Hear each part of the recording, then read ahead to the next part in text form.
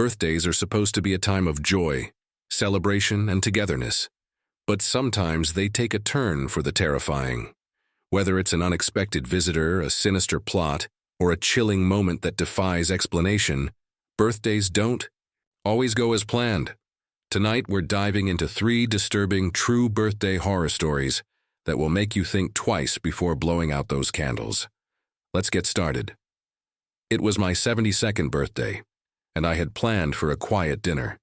With my daughter and her family, nothing extravagant, just a peaceful evening at home with my loved ones. As the sun began to set, I set the table, lit a few candles, and put on my favorite jazz record. My daughter and her husband arrived with my grandkids, and the evening was going just as I had hoped. Then the doorbell rang. I wasn't expecting anyone else. We weren't having a big party, and my daughter hadn't mentioned any surprise guests. I walked to the door, hesitant, and peered through the peephole. Nothing, no one was there. I brushed it off, assuming maybe it was kids playing a prank. But as I turned away, the doorbell rang again. This time I felt a chill run down my spine. Opened the door slightly, just enough to peek outside. And standing there in the dim porch light was an old man. His clothes were tattered, his skin pale and thin, and his eyes, oh, his eyes, were hollow, dark, like 2 empty sockets staring right through me. He spoke in a voice so raspy it barely sounded human. "You forgot me." My breath caught in my throat. I had no idea who this man was. I started to close the door, but his hand shot out, gripping the frame. "You forgot me," he repeated, this time louder. My daughter rushed to the door, asking who it was. I turned to her, panic in my voice, but when I looked back, the man was gone. Just vanished. That night, I barely slept. I kept replaying his face in my mind, those empty eyes. The next morning, I found an old family photo album in my closet. Flipping through the pages, I stopped when I saw it, my 7th birthday party, and there, in the corner of the photo, was a young boy, a boy with the same hollow eyes. I had no recollection of him. I don't know who he was, but somehow, he remembered me. Ralph had been looking forward to his 75th birthday. He always told his family he just wanted one thing, to celebrate, at his childhood home one last time before it was sold.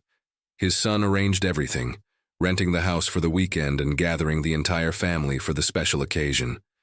But as soon as they arrived, Ralph felt uneasy. Something was off. The house, though familiar, felt colder, emptier, almost like it had been waiting for him. As the party went on, Ralph couldn't shake the feeling that he was being watched.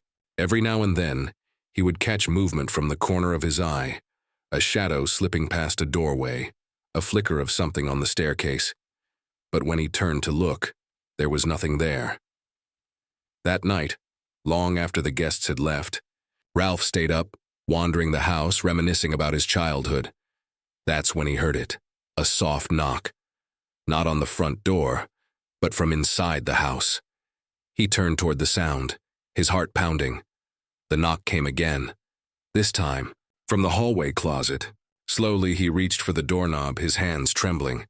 As he pulled it open, the air turned ice cold. Inside there was nothing, just an old coat rack and dust.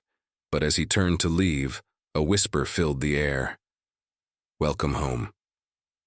The next morning, Ralph's son found him sitting in the living room, staring at the closet door, pale as a ghost. He never spoke of what happened that night, but he refused to stay in the house a moment longer.